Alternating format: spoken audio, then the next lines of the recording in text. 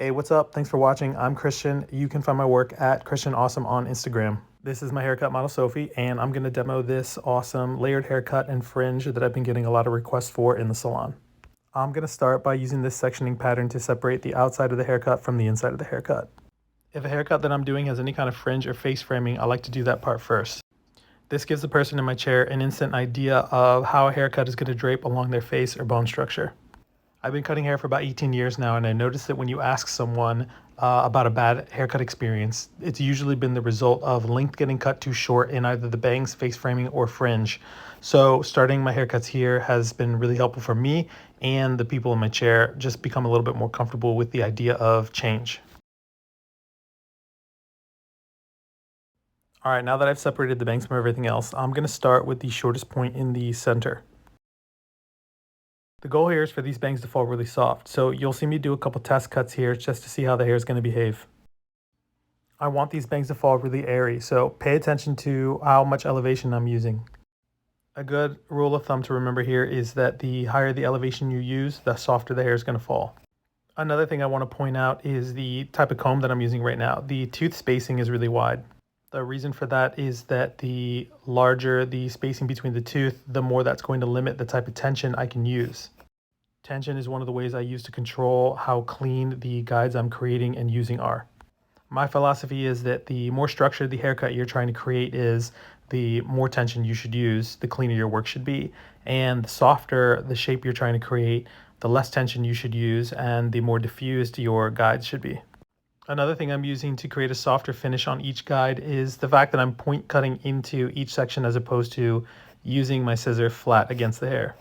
When you combine the elevation, the tension, and the fact that I'm point cutting into the hair, the result is going to be something that's very soft.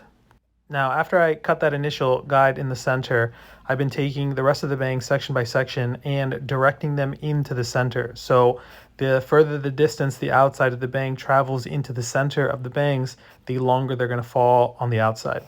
And it's this directing into the center that's going to create that very characteristic swoop from the inside to the outside.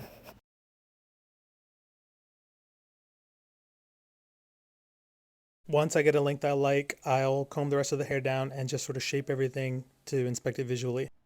All right, so now I'm working on the other side. Again, just taking these bangs section by section, making sure that I use the same elevation, the same tension, and point cut into each section the same way as I did the opposite side.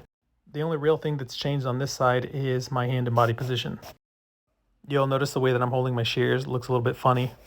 I try to be mindful of how much strain I'm putting on my wrists when cutting, so I started using this shear position to help protect it a little bit against that. I'll have to make some time to film a little tutorial about how this works and why it's more advantageous than flipping or bending your wrists when cutting. All right, what I'm doing here is just checking my balance to make sure it's even on both sides. And if it's not, then I'll refine a bit to make up the difference. All right, now we're going to get into connecting the bangs into the length. All right, I'm going to start where the end of the bangs begins. I'm positioning my shears as parallel to the hair as possible and just chipping away at this section until I reach the length. Now, because the size of this section is larger than my hands, I'm going to connect it into the length in this second part here. The only thing that changes on the other side is my hand positioning. Now, this isn't the only technique that I use when I'm framing around the face, but this is the one that I find works the best when I'm creating shapes like this. One thing I did want to point out here is that I didn't frame anything behind the ear. I think if you're going to do face framing layers, the best way to do it is to create some kind of a connection between the longest piece of the fringe and the longest part of the length in front of the ear. Alright, so now I'm dusting up the length. I want to keep the edge soft, so I'm using the wide tooth of the comb to limit my tension, and I'm using just the point of the scissor to create a soft edge. Because a lot of the tension and the elevation is the same for these next couple of sections, I'm just going to jump through these. Alright, I'm going to do the same thing on the other side. When I do the length, I like to start in the center of the back because it's a much shorter distance to go from the center to the side than it is to start from one side and work your way all the way around.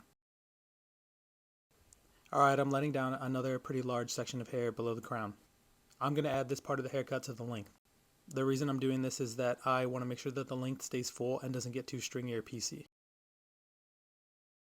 For this part of the haircut, my tension and elevation are the same, but you'll notice that I changed out to a longer scissor length. The length of this scissor will allow me to point cut deeper into each section, which will create a much softer finish to the length.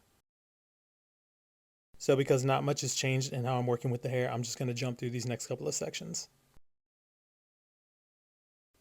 Okay, now we're going to get into layering the inside of the haircut. I'm switching to a vertical section now, which will allow me to keep a higher elevation. It's always good to remember that the higher the elevation you use, the lighter, softer the hair is going to fall. Now I got a high elevation and a loose tension, but I'm using my shears the way that I was using them when I was framing around the front of the face. I'm positioning them flat so that they're parallel or as parallel to the hair as possible. And I'm chipping away from what will be the shortest layer and intersecting into the length. Here I'm grabbing the shortest layer and just getting a visual idea of where it's going to fall in relation to the overall shape. The refinement I'm using here is really just a matter of taste, and I'm keeping it pretty loose and messy to play into the texture of the overall shape.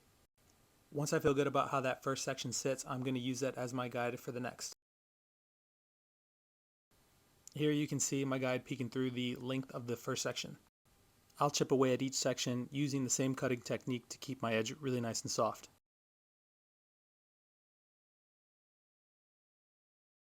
Now I only want to direct each section as far as the one before it, so what I'm doing here is just isolating that very first section from the second one. From here on out there's a lot of repetition. Isolate only my previous section and my current section, direct my current section into my previous section, keep my elevation high to make sure the shape is soft, use a looser tension to make sure the edge is soft, use a scissor position that's going to allow me to chip away at the overall shape. It's this consistency and repetition that'll get me the results that I want. It's the definition of trust the process.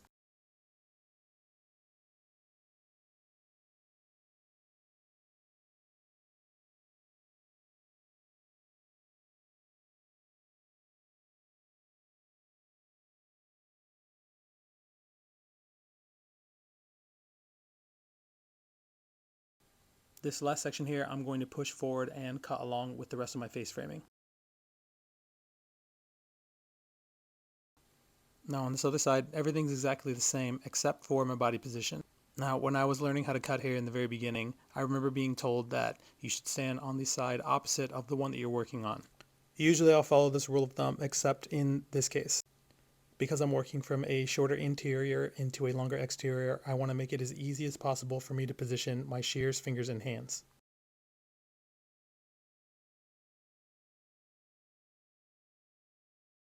And just like the other side, this very last section I'm going to combine with the overall face framing in the front. Just like when I did the face framing initially, I'm going to connect from the longest part of the fringe into the overall length. And then one last little check for balance before I start blow drying. I'm a pretty big believer that your refinement should be as little as possible. I believe that if I need to refine the haircut so much that it changes the shape entirely, then I chose the wrong haircut to begin with. So here the only thing that really needs to be done is just softening up the fringe just a little bit more. So what I'm doing is using a really high elevation to keep everything soft and invisible. And I'm deep point cutting about a quarter of the way into the overall length of the fringe. I'll do the same thing on the other side, except with an altered hand position to protect my wrist. I want this texturizing to be as invisible as possible, so I need to make sure that I cut as parallel into the hair as I can. Alright, if you made it this far, thanks so much for watching. This was my first real tutorial, and I'd like to do more of them. So if you're into it, drop a comment, tell me what you liked, let me know what you want to see more of in the future. Also, isn't this haircut rad?